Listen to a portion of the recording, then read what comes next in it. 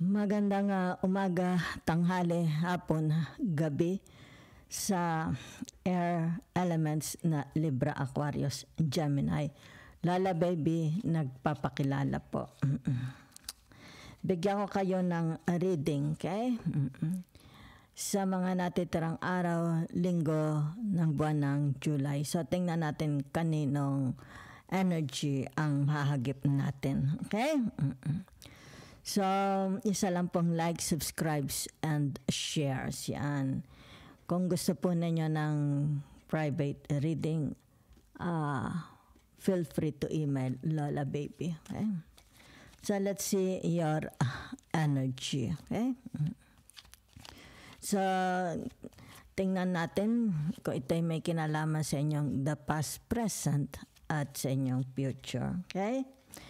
Your first energy. Yan. Ay, dalawa. Ay, tatlo. Okay. So, meron ditong tinatawag na the seven. Ano ga ito? Oh, tama. The seven of pentacles. Diba? So, saan kayo, ito yung nakikita, saan kayo kilala? Okay? You are famous.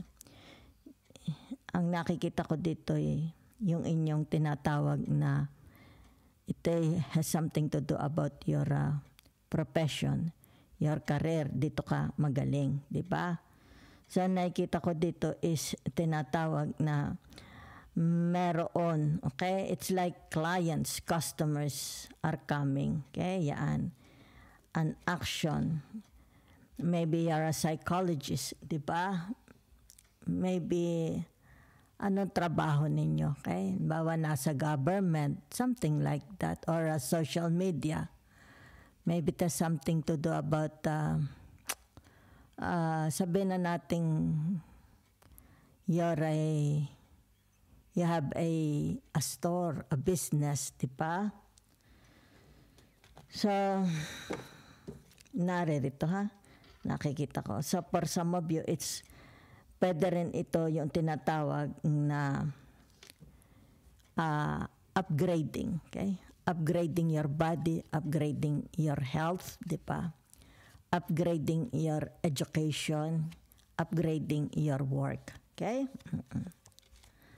So, there is a possibilities. Nakikita ko dito mga possibilities. Doors opening, di ba? Yan. So, yan ang inyong energy na nakita ko. Okay? Tatlo. So, tingnan natin ha. Saan itong the Knights of Wands?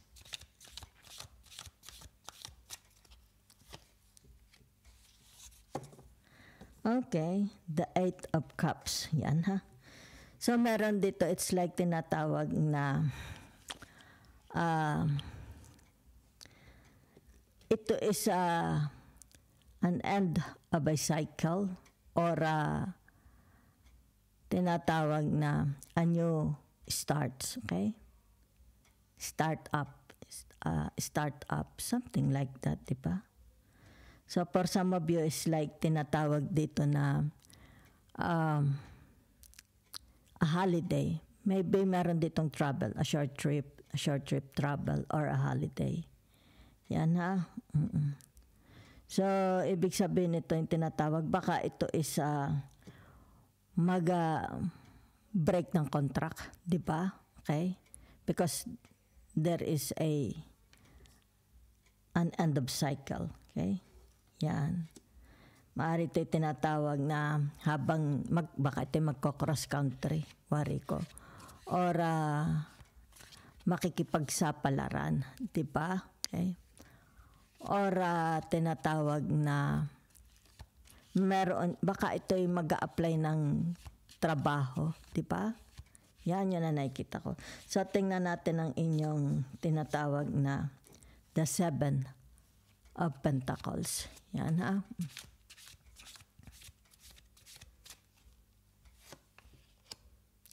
Okay, the King of Cups. It's like a leisure, a pleasure, okay? So, maaaring for some of you, yung tinatawag na gusto nyo munang magpahinga. Okay? Yan. Maybe a trip. Kasi meron ditong, it's like pinaplano. Okay? Baka ito'y sabihin na nating magsasabi muna. Okay? Halimbawa sabihin na nating mag-a-ask ko ito'y at work. Halimbawa sa boss nila, magsasabi sila ng tinatawag na bakasyon, di ba? A break, yan. Break muna sila sa kanilang trabaho, di ba?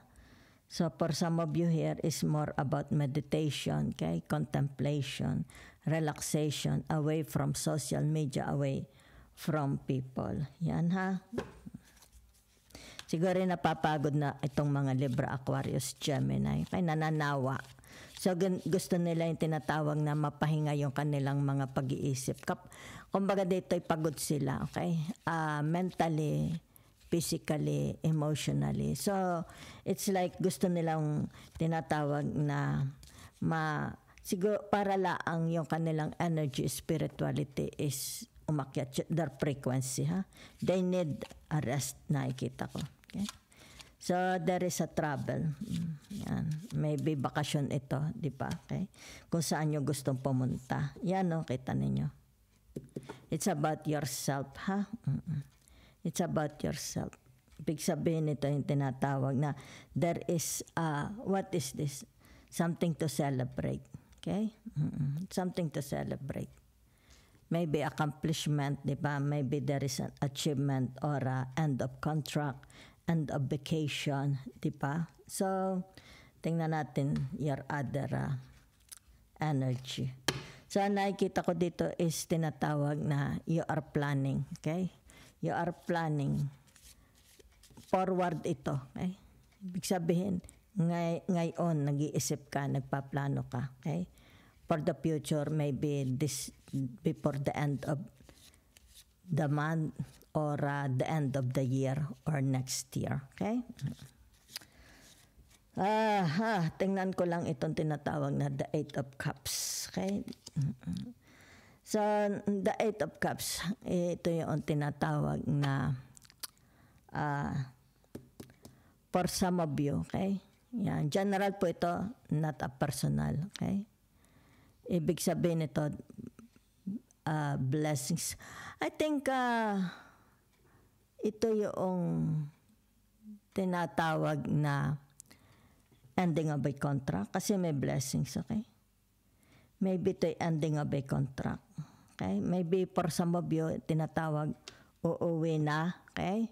Because there is a announcement. Uuwi na ito, sabihin na natin sa kanyang family, di ba?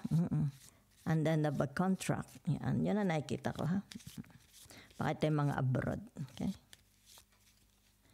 Maari sa trabaho nila din, di ba? The Eight of Cups, halimbawa, kahit hindi sa abroad, di ba? Ibig sabihin nito yung tinatawag na they are entitled for a vacation, di ba? To change a job, di ba? Maaaring dito sabihin na nating ayaw na nila sa trabahong ito, mag-a-apply na sila sa iba. Okay? So, there is a blessings coming, ha? Okay. So, narito ang tinatawag na the Six of Spades. Okay?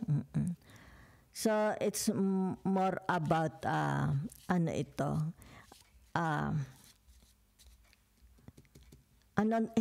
Hindi naman living alone, okay? Ibig sabihin ito, self-isolation, okay? Self-alienating dito sa Six of Spades yan. You want to be, it's like a hermit mode, di ba? A privacy for yourself, di ba? Okay? Siguro dito, you want to plan, di ba?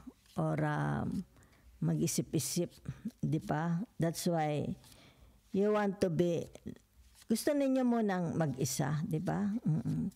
Yan ang nakikita ko dito sa Six of Spades, okay? It's all about yourself, okay?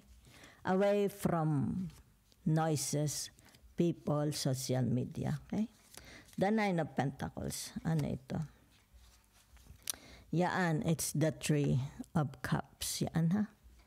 So, ibig sabihin nito, yung tinatawag na, it seems there is a achievement, okay? A winning, a victory, diba? That's why meron ditong something to celebrate. It's like ikaw lang nagsa-celebrate because maaring dito ay meron tinatawag attainment, diba? Meron kang na-attain sa buhay mo. Kaya iyan. So it's like ikaw lang. Ikaw lang, diba? Yan, no? So it's a very, very beautiful, ha? So tingnan ko lang, ha? Sandali. Tinatawag na the 5 of diamond. Okay? May blessings. Ano itong blessings na ito? So, ibig sabihin ito yung tinatawag na a new role. I think a new role, okay? A new work. A new, ano tawag dito? A new profession. Kasi dito na. Yan, no? There is it's like the ending, and then kung ano man ito, it's more about ending. Okay? Yan. Contract, a marriage, something like that. Work, health, di ba? Ito, ibig sabihin nito a new path. Okay? Yan. A new role. Maganda. Maganda, ha? Okay? A new destination. Di ba? Okay? Tingnan natin ang 6 of spades. Yan, ha? So, okay, it's about tinatawag na action, okay? It has to be done, okay? Yan, as above, so below. It has to be done, yan. Ibig sabihin nito, yung tinatawag, hindi ito sa isip na lang o kaya sa puso. Kailangan ito ay magkaroon ng action, okay? Yan. Kung ano itong tinatawag, wini-wish mo, your dreams, di ba? Kailangan ito mangyari na. So, it's more about movement na, okay? Movement now para may mangyari sa future. So, it's more about what you will do yan para sa future mo, okay? Advance, masyado ng advance ang thinking. Okay, so narito ang tinatawag na the 3 of hearts, okay? The 3 of hearts to the 7 of pentacles, di ba? So, ibig sabihin nito is tinatawag na investing, okay? Yan. Maybe you want to invest more on yourself, di ba? Yan, no? Siguro dito, for some of you, i-update nyo ang inyong looks, di ba? Your body, your appearance, okay? Your fashion, maybe your apparel, okay? So, maaaring dito for some of you, it's more about, ano tawag dito? Out with the old, in with the new. Yan. Kasi meron ditong bago. Napakaganda kasi lumabas ang tinatawag na the Mars. Okay? So, ibig sabihin nito, maybe sabihin natin you want to take a new an opportunities, di ba? To search, it's like searching for an opportunities, doors opening, kasi meron ditong ending. Okay? Yan. So, thank you very much. That's it. Ang nakikita ko. Okay? It's like tinatawag, you are planning. There is an action. Kumbaga dito yung tinatawag, kailangan, it's more about for the future. Okay? Preparing for your future.